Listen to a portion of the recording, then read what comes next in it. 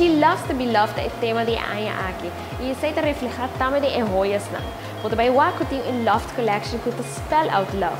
Pero fuera de esse também nós tem Cupid's arrow que te full inspirado de Cupido e sua pele não, sua flecha que tem. E também sem laga fora nós tem basic hearts não e também a love story de Bella Bot e Robot. E fora disso, nós não colocamos foi tremendo gift sets na cozinha.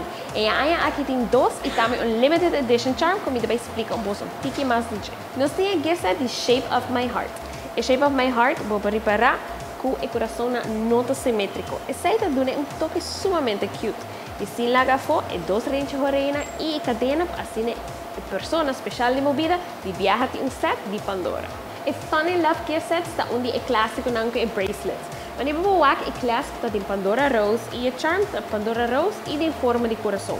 E sem lagar for é dois clips não. E a savings ribe a bracelet set aqui está $41. Então vou pagar essa aqui completamente para $199 só. E também nós temos a limited edition charm para $80 com a Arrow of Heart.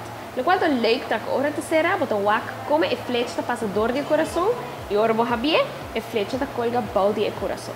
No qual é leuk de a Loft Collection tak é spell out loved. E bora essa aqui de sua renchidere, sua cadena e também sua bracelet. E bracelet é renchidere e a cadena mes tá plata e a letra não tá de shine. E nós podemos criar set para qualquer pessoa aqui na. Mas nós temos 4 exemplos aqui na que está customized para cada pessoa. Seja não gosto da Pandora Rose, Pandora Shine of Silver, ou não quer algo mais diferente aqui na Pandora nós podemos criar esse set perfeito para a pessoa que abre com um regalo. Des, passa na onde nossa localidade nós temos Passeio Herência e Pandora Orange Estado. Queda pendiente de turcos que estão em trend, arriba nos redes sociais Pandora Aruba.